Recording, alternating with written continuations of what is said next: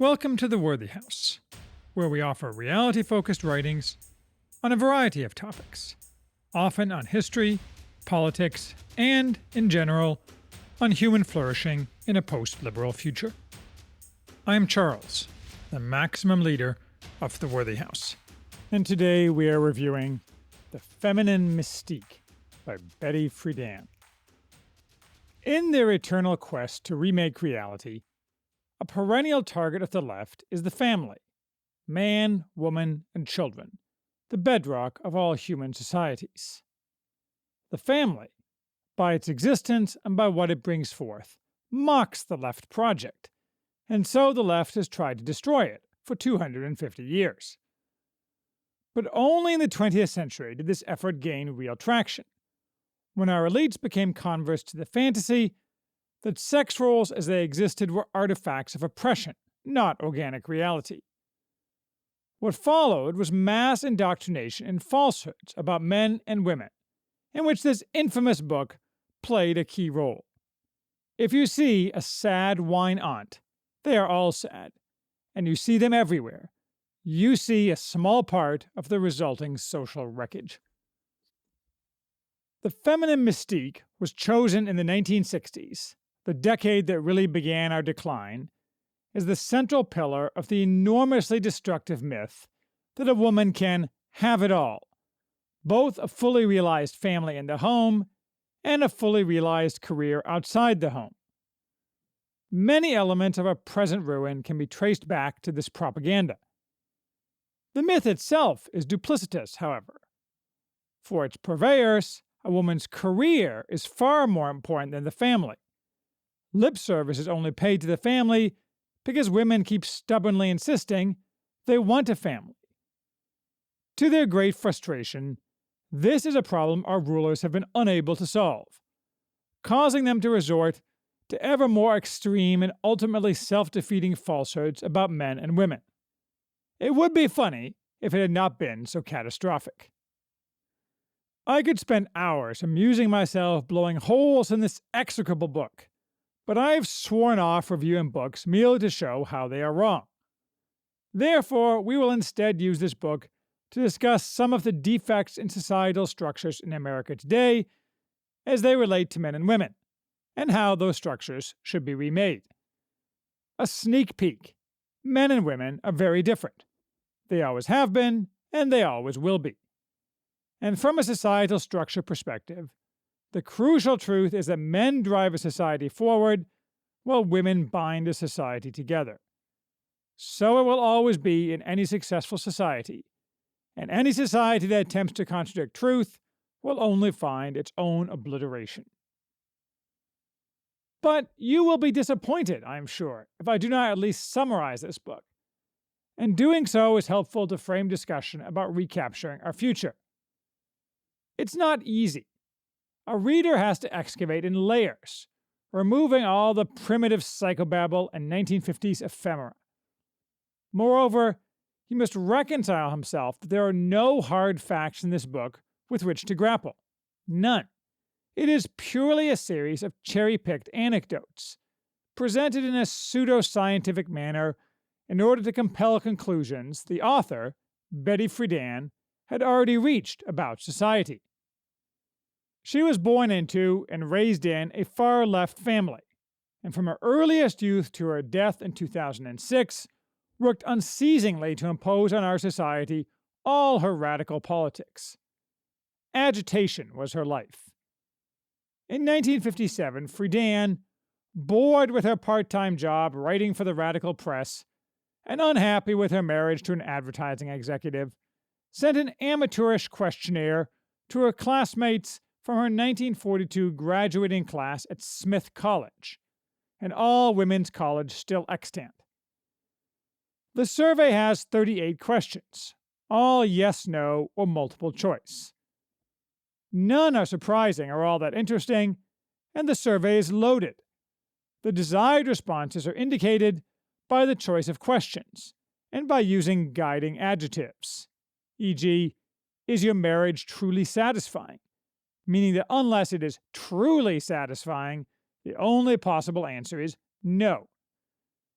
Friedan claims that the responses surprised her, so she then conducted interviews with 80 women. Upon the supposed results of these interviews, a book claiming to show a new understanding of all of American society is built. What, then, is the feminine mystique? It is the strange discrepancy between the reality of our lives as women and the image to which we are trying to conform.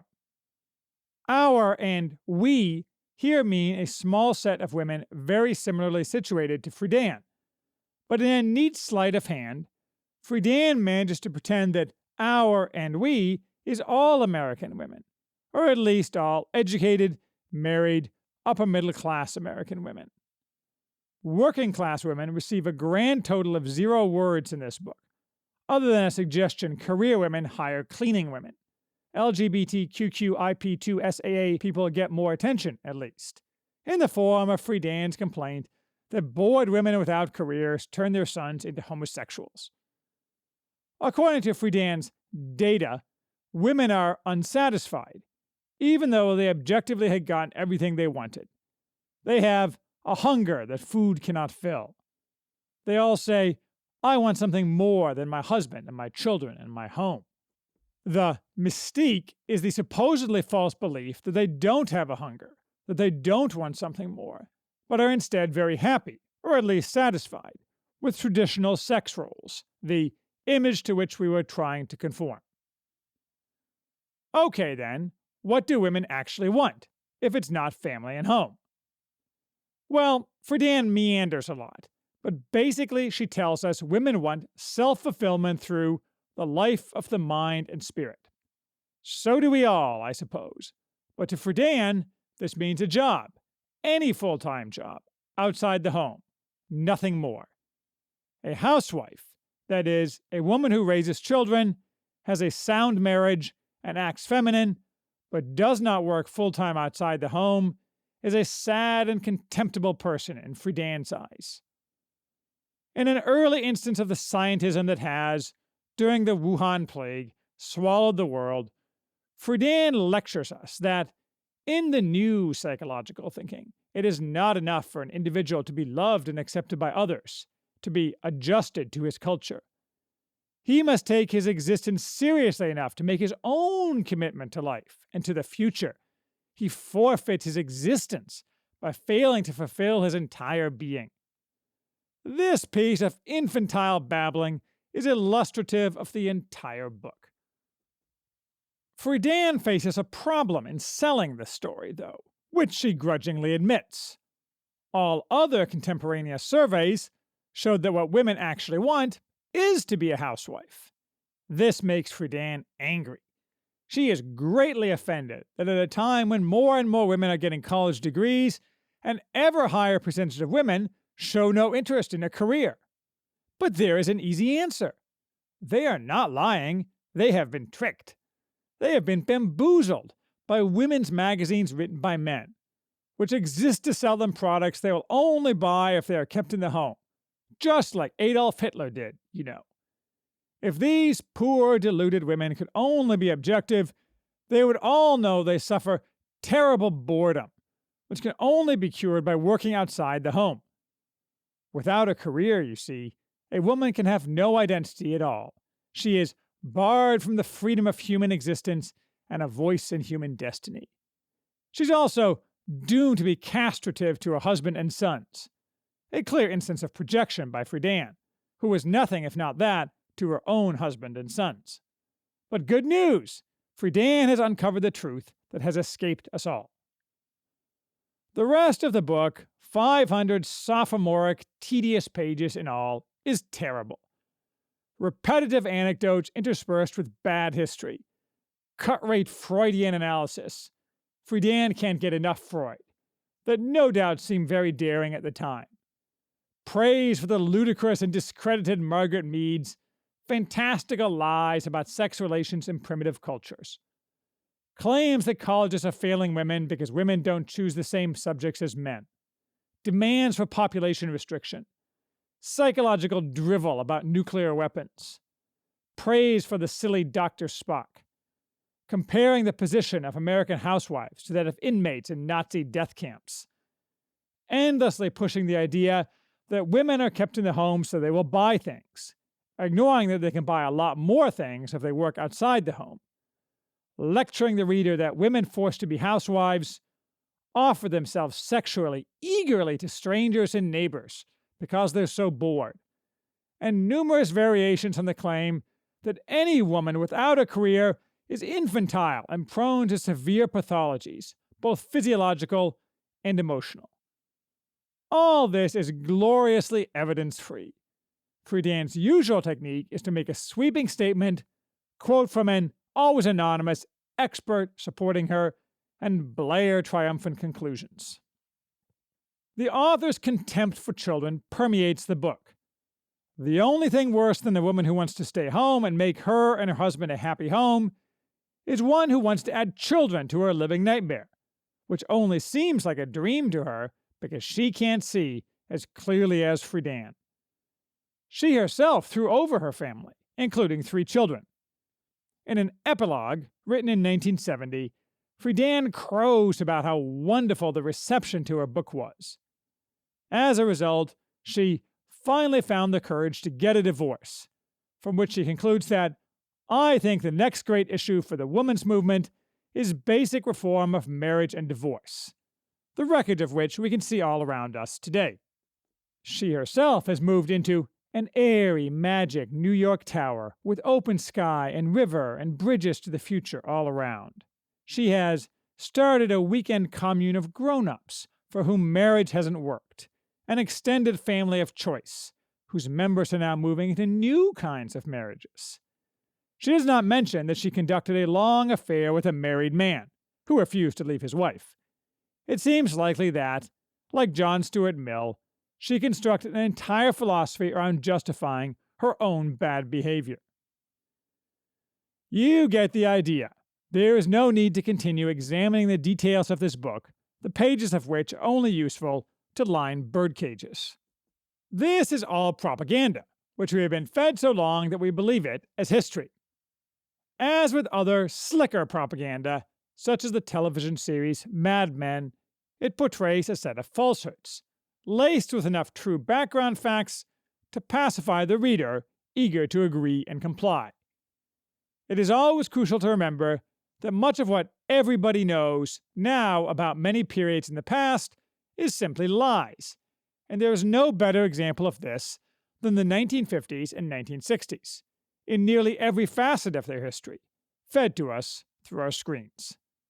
Boring. Let's talk instead about what a well-run society would look like. But first, let me expand my thinking about why this book succeeded in its goal of massive social change. As with all major social changes, mere propaganda is not adequate explanation. The propaganda was successful because it hit our society at precisely the right moment, when it was open to the infection. First, emancipation was in the air.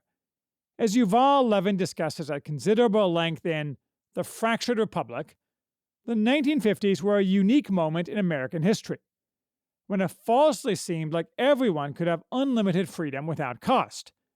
And this belief was not confined to those on the left, but permeated society.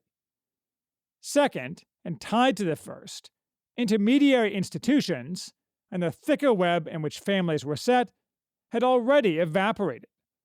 Housewives, at least the suburban housewives who are Friedan's sole focus, were in fact very frequently alienated and atomized, because the organic social structures that had supported both men and women had declined sharply, and would disappear entirely, as Robert Putnam narrated in Bowling Alone. These women did have more free time as the result of labor-saving devices. Friedan claims work expands to fill the time available, but the real problem is that given their removal from the thick social structures of previous decades, free time had no satisfying social outlet, giving Friedan's explanatory fantasies a surface appeal, like a poisoned apple. Third, and perhaps most important, the left goal of destruction of the family fit precisely, in this case, with the unbridled capitalism, the excessively free market, that has worked hand in glove with the left for decades to destroy our society, aided by the government. As a result of this book, or rather the propaganda campaign built around it, we got a massive movement of women into the workforce. Did those women get fulfillment, as Friedan promised? Maybe a few did, but most of them got BS jobs of various types, and we all got a massive increase in consumerism, which we are told is wonderful, because look how much GDP has increased as a result of women entering the workforce. Of course, even this fact is a lie, because GDP excludes work inside the home. If two women raise their children, their work is excluded from GDP. But if each is paid by the other to raise the other's children, GDP expands. As I've discussed elsewhere, GDP is largely a fake statistic, and much of our economy a fake economy. And anyway, it is simply false that any expansion in GDP is a social good, especially when the resulting costs, in the form of mass social destruction, are treated as disconnected, mere happening coincident in time but unrelated. Regardless, with the assistance of the government and free market enthusiasts eager to enrich a rotten ruling class, now a two-income family is required for what is regarded as a decent lifestyle, or even just to make modest ends meet. And this was independently a goal of too many in our society. Better yet for our neoliberal overlords is a one-income family consisting of a permanently single woman. If you want to shudder, read a completely insane CNN article from 2019 titled, "There Are More Single Working Women Than Ever, and That's Changing the U.S. Economy." The point is that single women spend an ever greater proportion of the money spent on consumer goods. So we must further this trend, in particular by ensuring that those such women foolish enough to have children are given a place to park their children while they work to get money for the consumer goods that should be the real focus of their lives. As I noted in my thoughts on Matthew B. Crawford's The World Beyond Your Head, which pillories consumerism, there is more and more advertising, if you pay attention, to single women of luxury goods that in the past would be bought as gifts for those women, who now have nobody in their lives who will buy them any gifts at all, and must purchase artificial joy. It is enough to make one cry, if one wasn't already fully occupied in flogging the cretins who brought us to this stupid pass. So, enough abuse of the stupid. What should the social roles of women and men be in a well-run society? As you can doubtless tell, we are working our way to a call to limit women working outside the home. Let's start by asking what women want. We are often lectured today by the commissars of the loathsome ideology of diversity and inclusion that 50% of all jobs should be held by women, or at least desirable jobs. Men will keep all the dangerous and dirty jobs. The usual response of conservatives is to point out that, empirically, most women simply don't want the same jobs as men. So in a world of perfect choice, far fewer than 50% of most jobs would be held by women. This fact is on actual display in countries that are most egalitarian about sex role choice, notably the Scandinavian countries, where women choose traditional roles at very high rates. The timid conservative naturally begins, as demanded by the left, with a preemptive apology. Of course, I think women should be allowed to choose the path they want. Wrong. I don't think women should be allowed to freely choose the path they want, nor should men. They should make the choice for family. To that end, society should largely nullify choosing career over family as an option, and coerce women into certain occupations and modes of life, and should in like manner coerce men, among other things, to lead a life of being the sole provider for a family. Unmarried men beyond, say, 30, and men who fail to provide should also be socially penalized. In other words, society should reflect the natural division of the sexes, regardless of whether some people in society would prefer to make some other choice, whether because of their outrider nature, excessive focus on self, or because of ideology. We should return to social compulsion, shame, and ostracism to achieve this, as well as major changes to tax and legal structures, such as by absolutely barring no-fault divorce and offering, like the government of Hungary, massive payments to married couples with multiple children. I'll end with more thoughts on specific structural changes, but to expand on this positive vision, let's begin with the end in mind.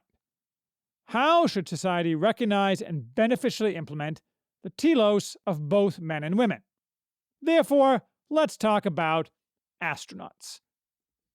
That is, let's discuss space, the first pillar of Foundationalism's 12 pillars, and women's role in space. The overriding principle of Foundationalism is reality, and restoring a realistic understanding of the roles of men in society is another pillar of Foundationalism. The crucial fact about men and women in society is that they are, and must be, partners. That women cannot do everything that men can do, and men cannot do everything women can do, and that even when each can do what the other can do, usually cannot do it as well, does not make one sex subordinate. But without recognizing and honoring this basic fact of different competencies, no society can operate for long. Astronauts show how this works in practice. What is the purpose of astronauts? This is really one question in two parts. First, what is the purpose of astronauts in the present day, when astronauts are limited to short trips to, and short stays in, near-Earth orbit?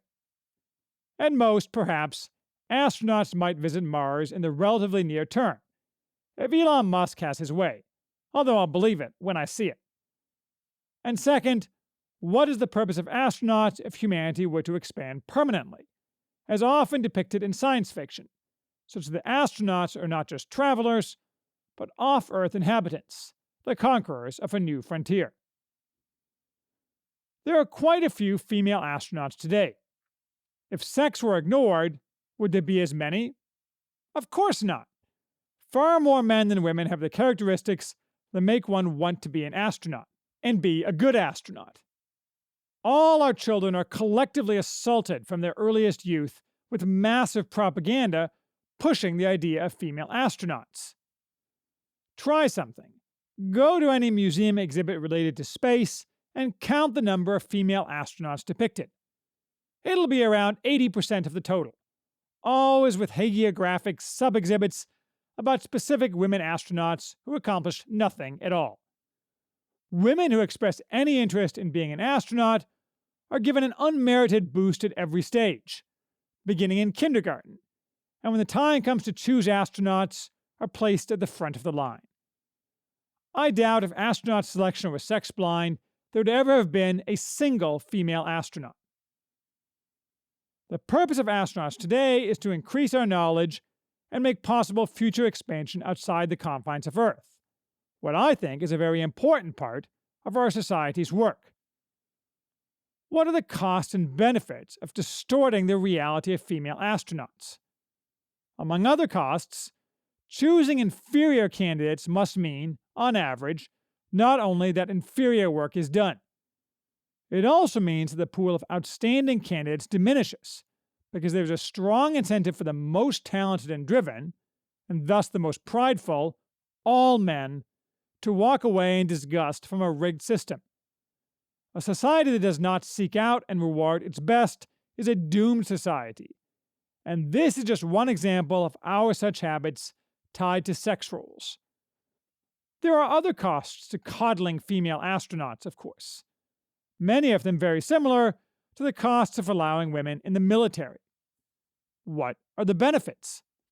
None, really, but I suppose the argument is that some women feel better about themselves, in the same way a child praised for crude finger painting by his parents feels better about himself. That is, unjustifiably, but in this case, knowing the praise is unjustified, and thus made simultaneously humiliated and aggressively on the lookout for anyone adding to the humiliation by pointing out the obvious. As to permanent human expansion, An excellent depiction of this is the books and television series The Expanse. Well, it's excellent, except for its depiction of women, which is insane. In fact, there are no women at all in The Expanse. There are many men, each of whom acts like a stereotypical high testosterone man, who are given female names and female physical characteristics, but none of them bears any resemblance to actual women, except for one, a Margaret Thatcher type, real but extremely rare. In real life, if our society were to expand into the solar frontier, no female character in the show would occupy any position she occupies in the show, even if there were no social barriers to occupying that position. Real women as characters are totally and completely absent. Children almost never appear, and never under the care of any female character, except the lesbian wife of one character, who abandoned her family. All this is extremely jarring, making the show difficult to watch, except if you're deluding yourself or have given it no thought at all. Yet, 60 years after the feminine mystique, this lying propaganda is not only ubiquitous, but ever more aggressive, probably because our ruling classes feel their hold on the greased pig of reality slipping away.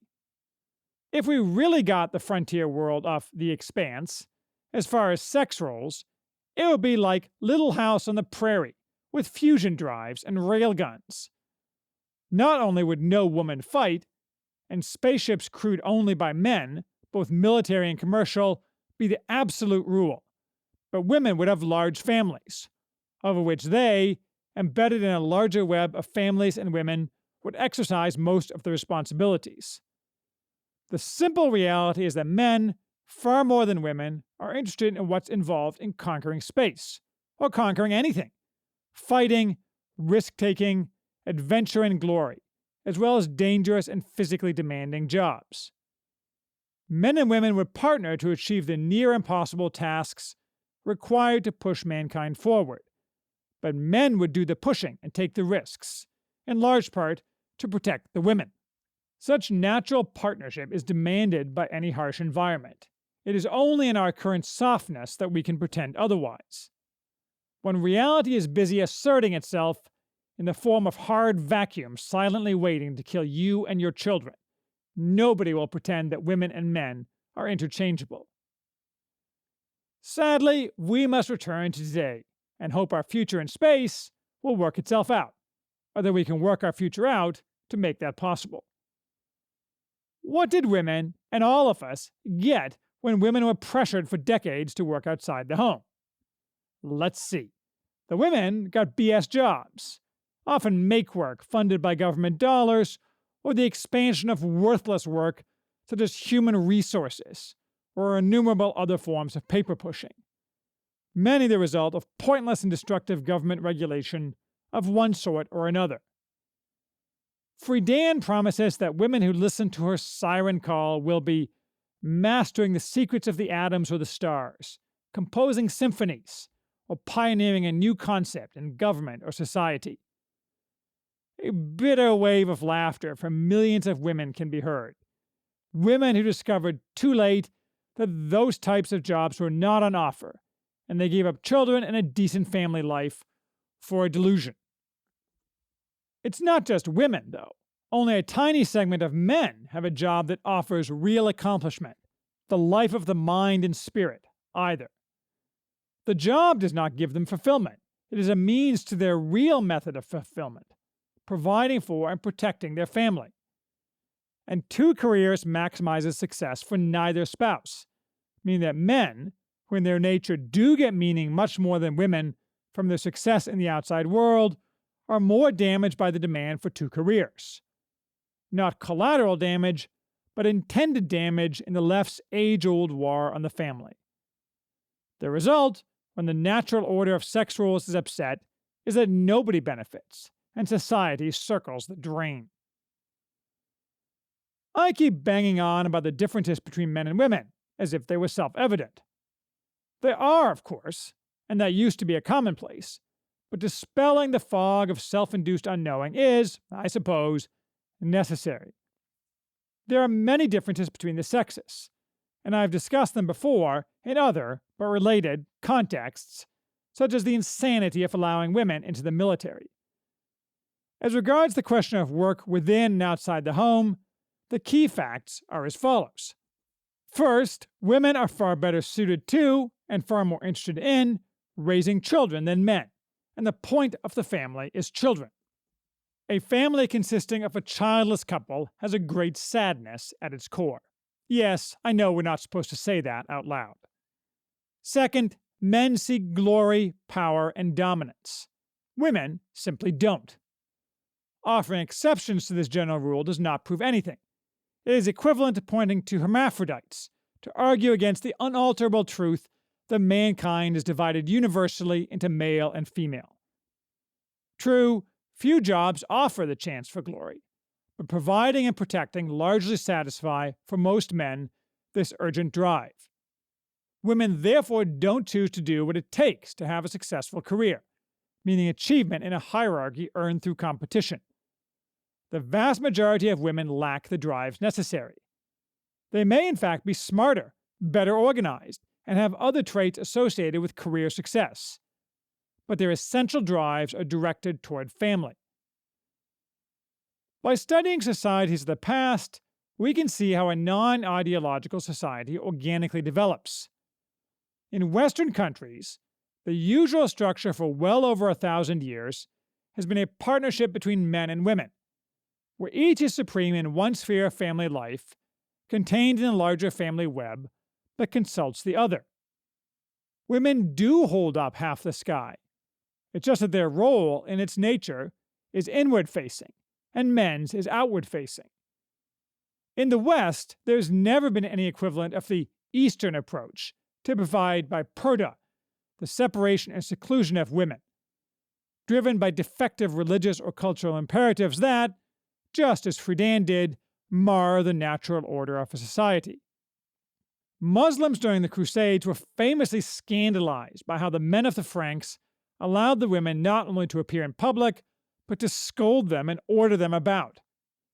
To take a more recent example, one cannot do better than Matthew B. Crawford's talk in Why We Drive about women and men in Appalachian motocross racing, where, on and off the track, men and women act in, sometimes coarse, partnership, together striving towards excellence, something Crawford heretically contrasts with the sickening inversions he sees in Portland. As with any human society, within this broad truth, there have been many local variations. Even Friedan admits that until near our present day, American women were not oppressed or unhappy. Friedan does not make the flatly untrue claims about historical patriarchy that are the norm now, such that everybody knows that The Handmaid's Tale is both history and future. She doesn't because everyone would have laughed at the obvious untruth and pitched her book into the trash. It is only now, after 60 years of propaganda, that we believe there ever was a patriarchy. Until, and even into, the last century, strong, capable women were needed to pioneer our new land. With their husbands, they ran the farms and plantations in Western homesteads. She should be canceled for mentioning plantations. Friedan doesn't make the obvious conclusion that if the subset of women on whom she is focusing are alienated by their circumstances, returning to the thicker social web even Friedan praises, not destroying the family, is the answer. But then, after all, destroying the family in the pursuit of emancipation from all unchosen bonds was her real end, not offering fulfillment within families to women. This does not exclude women from ever working outside the home. Quite the contrary, actually. In the past, young women often worked. When rural life was the norm, women and men both worked, but neither could be said to have a career. This was division of labor, rather. As city life became the norm, young women often worked until they found a husband. Often this was in work at which they excelled and tied to female talents and preferences, such as teaching and nursing. Higher status women, like Friedan, went to college and found a husband there, something Friedan famously masculine and no doubt finding it hard to find a husband, bitterly complains about. Women whose children had left the home might work as well, or women with children might work part-time upon necessity. There is nothing inherently societally destructive of this. What is destructive is where the woman prioritizes that work over family, demanding it become a career. That is, a main focus of her life and the driver of her happiness, or, more likely, the lack of it. What if a woman who does not get married, not purely by choice? That is, some women, because of their personality or physical appearance, find it difficult or impossible to marry. Or maybe failure to marry is some combination of bad luck and bad management. Past a certain age, as everyone knows, a woman's ability to get married drops precipitously, hence why-nots. Usually, in our modern atomized society, such women have no choice but to substitute career for family. In the past, they will be woven into the structure of an extended family. Until we can return to that latter, career is really their only option. Like my recently deceased aunt, who chose a career in virology after getting an MD from Harvard, and with whom I was close. She loved children, but never married, though she could have. She was indoctrinated into career first, and as a result was desperately lonely and unhappy for decades. I blame Friedan, and my aunt's mother, my grandmother, who pushed anti-family ideology years before this book was published. I have to admit, though, that had you asked me 20 years ago, I would have largely bought into the myth that women having a career, and being treated as the equivalent of men in pursuit of that career, was a sound social choice. My wife and I met as big firm M&A lawyers in Chicago. We presumed early on that we both end up with legal careers at large firms, with a nanny for our children.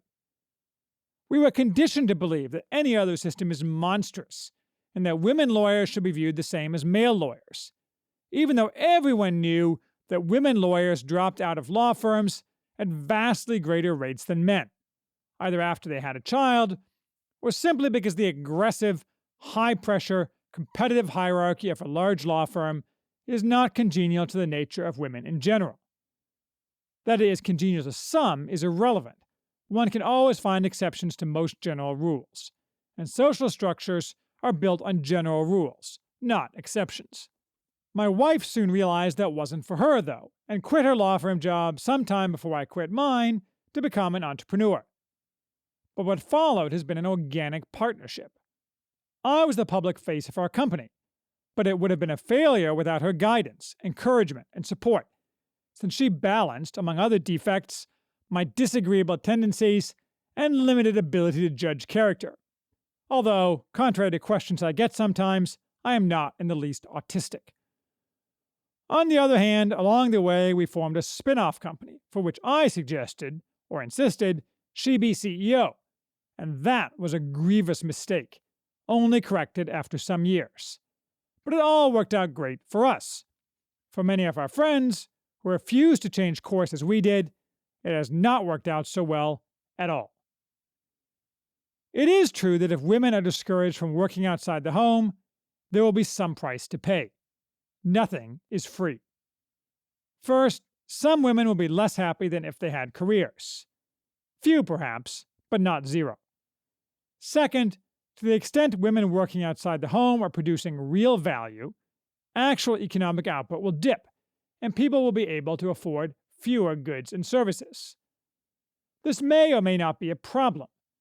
The reason most two-parent families must have both parents work is to make ends meet, because unbridled capitalism has allowed employers to squeeze efficiencies out on the backs of the workers, in order to enrich executives and stockholders, and claim these steps are necessary, expertly covered by James Bloodworth in Hired.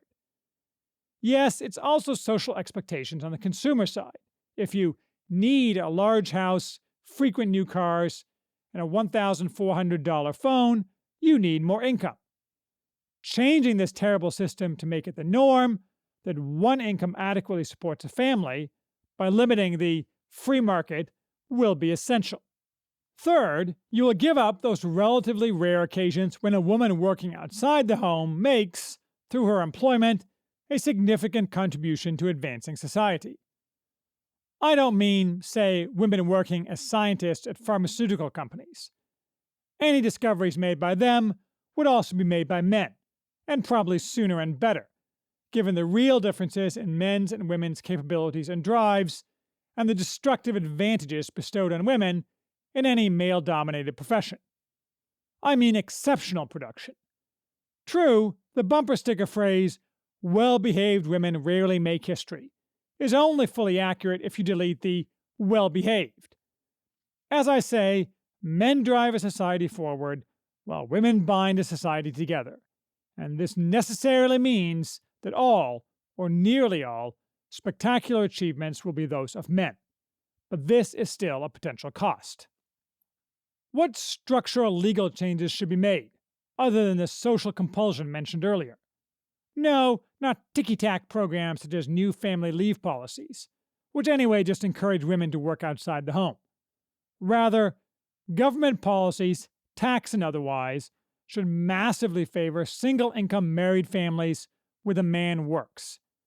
Employment discrimination, and all other types of discrimination on the basis of sex and marital status, should not only be completely legal, but socially encouraged, even demanded. Not only is sex discrimination, like age discrimination, almost always entirely rational, such discrimination is affirmatively necessary to accomplish the desirable society.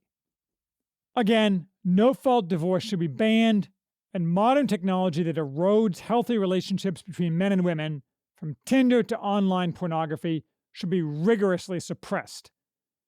No doubt other matters will deserve similar attention, and a new propaganda campaign, especially in popular entertainment, to reverse 60 years of indoctrination will also be needed. Let's get started. Life being what it is, some women will always choose to work full-time outside the home. Sometimes this is in their particular nature. Sometimes they actually need the money. This should not be made illegal, but there should be a substantial social penalty for women who make work a career. In the same way as for decades, women who choose not to have a career have been held in contempt, viciously portrayed across all popular media, and vilified by our ruling classes, a married woman who chooses to have a career should be looked down upon, especially if she has children, and most of all if she chooses not to have children. One can multiply special cases. What if a woman cannot have children? Hard cases make bad law and bad social policy. The median case is what matters. And a career woman should presumptively be discriminated against in favor of a man competing in the same career path, and most of all in favor of men with children. It is doubtless true that we cannot turn a switch. If all women in the workforce today left the workforce tomorrow, much disruption would result. A lot of it, that tied to BS jobs, would be temporary. But in some jobs, such as family practice physicians, where women are the majority, rebalancing jobs could only be done over time. And some jobs, such as elementary school teaching and nursing, will always have women in the majority, since those jobs always appeal more to women, and it is possible to enter and leave those jobs as a woman's life changes. Most of all before, and perhaps after, a woman marries and has children. The exact result will derive organically from general rules, not from an artificial ideology. The goal across all of society is to return to a natural partnership between men and women. This is very much not a siloed partnership, where the man and woman each operate completely separately in pursuit of a unified goal. Instead, there is necessarily overlap.